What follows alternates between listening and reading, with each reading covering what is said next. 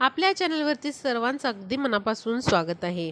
तर बघा, मला बऱ्याच वेळेला खूप कमेंट येतात की ताई, आम्ही खूप सेवा करतोय, सगळ्या देवांची सेवा करतोय, पण आम्हाला यश मिळत नाही. घरामध्ये सततचा आजारपण आहे किंवा आमची कामं पूर्ण होत नाहीत. असं काम पूर्णत्वाला जाणार म्हटलं की ते काम अडकतंय, मधीच विघ्न येत आहेत. मुलांची लग्न जुळत नाही आहेत किंवा लग्न जरी जमलेलं असेल तरी काही ना काहीतरी अडचणी निर्माण होत आहेत. त्याचबरोबर संतती प्राप्ती होत नाही आहे. भरपूर अडचणी येत आहेत. किंवा मग पितृदोष आहेत. आम्ही जे काही करायला जातोय त्यामध्ये आम्हाला सततचं अपयश येतंय. आम्ही कितीही कष्ट करू द्यात त्याचं आम्हाला काहीच फळ मिळत नाही. पण आम्ही सेवा तर सर्व करतोय. बघा, अशा अनेक जण असतात की ते भरपूर देवांची सेवा करतात. नित्यनेमाने देवपूजा करणे किंवा उपास तापास करणे हे सर्व असतं.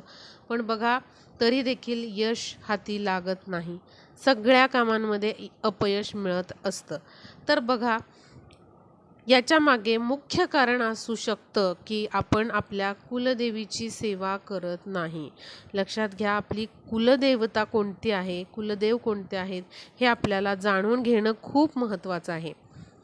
आता या व्हिडिओमध्ये मी तुम्हाला 11 मंगळवारचा कुलदेवीसाठीचा एक प्रभावी उपाय सांगणार आहे. बघा, ज्यांना माहीत आहे त्यांच्यासाठी तर हे उत्तमच आहे, पण ज्यांना माहीत नाही त्यांच्या करता हा व्हिडिओ तुम्ही त्यांना शेअर करा, म्हणजे ज्यांना गरज आहे त्यांच्यापर्यंत हा व्हिडिओ पोहोचू द्यात. बघा, आत्ता मी सांगितलं की आपली कुलदेवता कोणती आहे हे माहीत असणं अत्यंत महत्त्वाचं आहे. ते तुम्ही माहीत करून घ्या. बघा, कुलदेवतेचा वार जो असतो तो मंगळवार किंवा मग शुक्रवार असू शकतो. तुमच्या कुलदेवीचा वार कोणता आहे हे तुम्ही माहीत करून घ्या. नाहीतर तुम्ही समजा तुम्हाला कुलदेवी माहीत नाही तर तुम्ही मंगळवारी हा उपाय करू शकता. बघा, कुलदेवीचं स्मरण करणं, तुम्हाला ती माहीत आहे तर कुलदेवीच्या दर्शनाला वर्षामधून एकदा जाणं, तिचा मानसन्मान करणं हे खूप महत्त्वाचं आहे. तिची ओटी भरणं, घरातील ज्या कर्त्या स्त्रिया आहेत त्यांनी तिथे जाऊन त्या ठिकाणी जाऊन कुलदेवीची ओटी भरणं, तिचा मानसन्मान करणं हे खूप महत्त्वाचं असतं.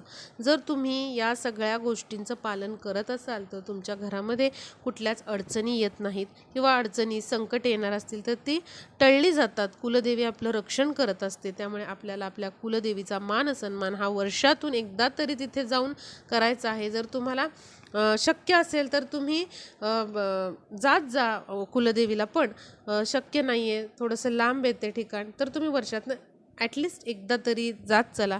हे खूप महत्त्वाचं आहे. आणि आपल्या कुलदेवीचं नामस्मरण करणं देखील महत्त्वाचं आहे. आता बऱ्याच जणांना कुलदेवी कोणती आहे आपली हे माहीत नसतं. तर मग तुम्ही एक नामजप करू शकता, तो म्हणजे ओम ऐं ह्रीं क्लीं चामुंडाय विचे. हा तरी तुम्ही नामजप करत चला. 108 वेळा हा नामजप करायचा आहे. नाही जमलं तर तुम्ही 11 वेळा नामजप हा करायचा आहे.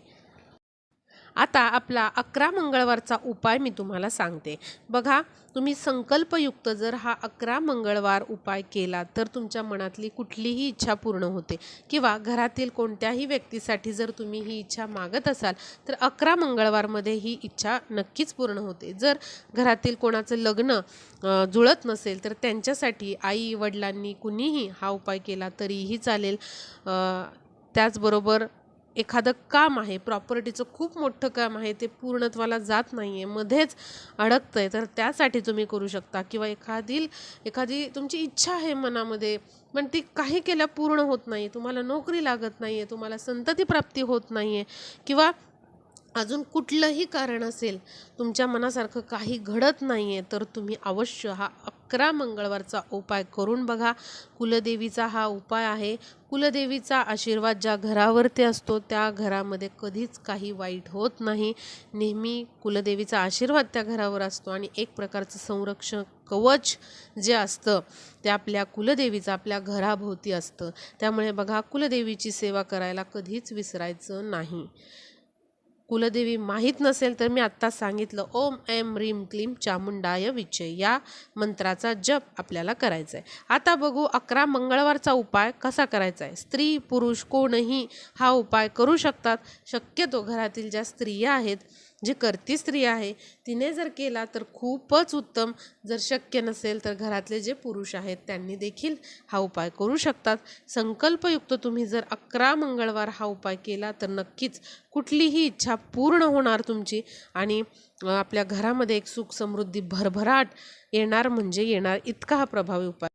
आता बघूयात कसा उपाय करायचा. यासाठी आपल्याला कुलदेवीचा एखादा टाक किंवा कुलदेवीची मूर्ती किंवा मग फोटो लागणार आहे. यापैकी तुम्ही एक काहीतरी तुमच्या घरामध्ये असलं पाहिजे.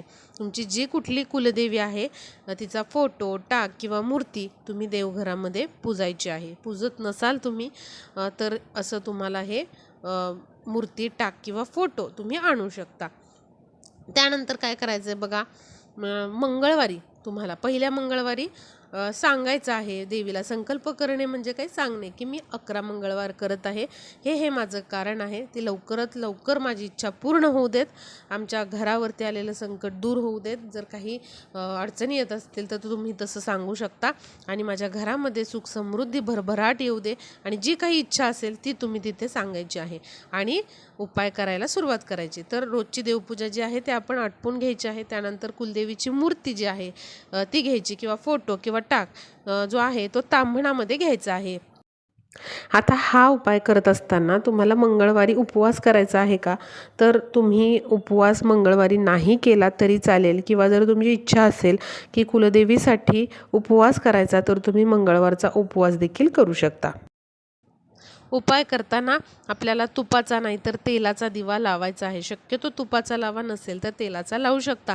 आता मूर्ती घेतल्यानंतर तामणामध्ये मूर्तीवरती आपल्याला पाण्याचा अभिषेक करायचा आहे, पुन्हा दुधाचा करायचा आहे किंवा पंचामृत तुम्ही केलेला असेल तर पंचामृताचा करा आणि नंतर पुन्हा पाण्याचा करा. असा तुम्हाला अभिषेक करायचा आहे आणि जिथे तुम्ही मूर्ती ठेवत आहात देवघरामध्ये तिथेच ठेवायची आहे.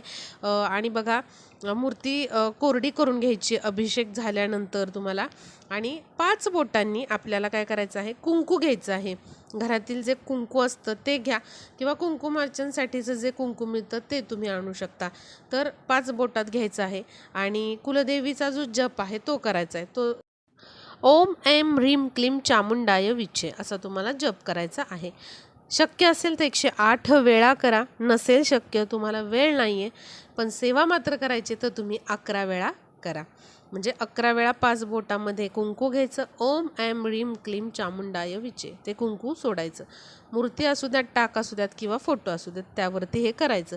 त्यानंतर काय करायचं, हे जे कुंकुमार्चन केलेलं कुंकू आहे एका डबीमध्ये साठवून ठेवा आणि हे तुम्ही रोज लावायचं आहे. तुम्ही तुमच्या मुलांना लावू शकता, तुम्ही स्वतः लावू शकता. फक्त बाहेर कोणाला हळदी कुंकासाठी हे देऊ नका, तुम्ही स्वतः वापरायचं. एखाद्या महत्त्वाच्या कामासाठी जाताना, बाहेर पडताना तुम्ही वापरू शकता. नंतर काय करायचं, जिथे तुम्ही ठेवताय मूर्ती तिथेच ठेवायची. मूर्तीला हळद कुंकू लावायचं आहे, अक्षता व्हायच्या आहेत आणि त्यानंतर काय करायचं, धूप दीप दाखवायचा आहे. खडीसाखरेचा नैवेद्य जो आहे तो दाखवायचा आहे आणि त्यानंतर तुम्हाला देवीला, कुलदेवीला जी वस्तू अर्पण करायची आहे ती म्हणजे पानाचा विडा. पानाचा विडा आपल्याला 11 मंगळवार आपल्या कुलदेवीच्या मूर्तीला, फोटोला किंवा टाकाला अर्पण करायचा आहे. तर बघा आता हा विडा कसा करायचा, तर बाहेर जो मिळतो विडा आयता विकत तो आणू नका. तर तुम्ही पानं विकत आणायची. त्या पानामध्ये आपल्याला खडीसाखर किंवा मग तुम्ही गुलकंद ठेवू शकता. गुलकंदाची बॉटल जी आहे तुम्ही या उपायासाठी आणून ठेवू शकता.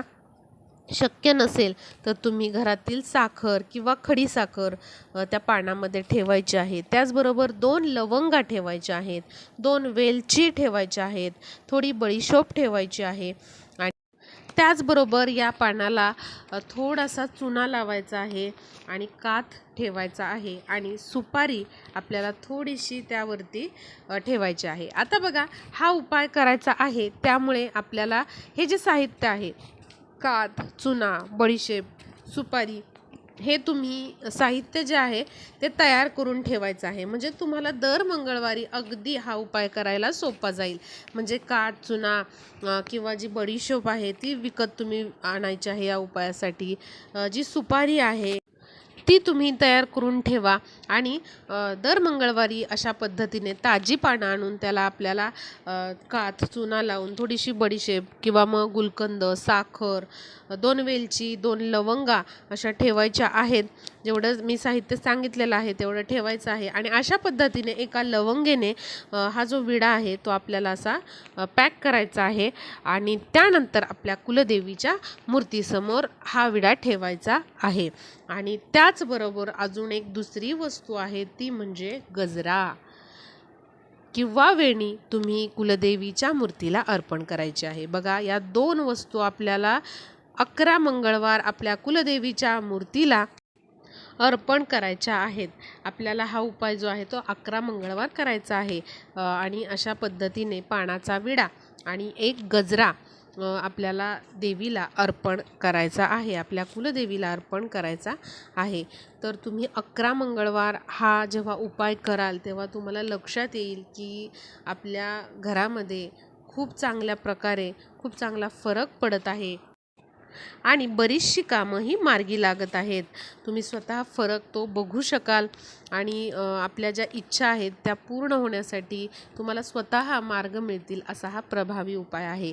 आता बघा, नंतर या विड्याचं काय करायचं, तर हा विडा तुम्ही तिथे 2 ते 3 तास ठेवा मूर्तीसमोर मंगळवारी किंवा दिवसभर ठेवा आणि रात्री 8:30-9 वाजता हा जो पानाचा विडा आहे तो तुम्ही खाऊ शकता. पण हा आपल्याला बाहेर कोणालाच खायला द्यायचा नाही. आपल्या घरामध्येच तो घरातल्या कोणत्याही सदस्यांनी तो खाल्ला तरीही चालेल. आणि ज्या व्यक्तीसाठी तुम्ही हा उपाय करत आहात, समजा एखाद्याचं लग्न जुळण्यासाठी किंवा नोकरीसाठी, मुलांसाठी, मुलीसाठी तुम्ही करताय, तर त्या व्यक्तीलाच तुम्ही हा विडा खायला देऊ शकता. समजा आता हा उपाय करत असताना मध्येच तुम्हाला पिरियड्स आले तर तो तुम्ही मंगळवार स्किप करा. पुढच्या मंगळवारी तुम्ही उपाय पुन्हा करू शकता. आणि घरामध्ये कोण दुसरं करण्यासारखं असेल हा उपाय तर त्यांना तुम्ही करायला सांगू शकता. अवश्य हा उपाय करा आणि व्हिडिओला होईल तेवढं जास्तीत जास्त शेअर करा, म्हणजे सर्वजण हा उपाय करू शकतील आणि नक्कीच त्यांची देखील अडलेली कामं, रखडलेली कामे पूर्ण होतील. नक्कीच त्यांना पण या व्हिडिओचा काहीतरी उपयोग होईल आणि त्यांच्या देखील समस्या, अडचणी या सुटतील.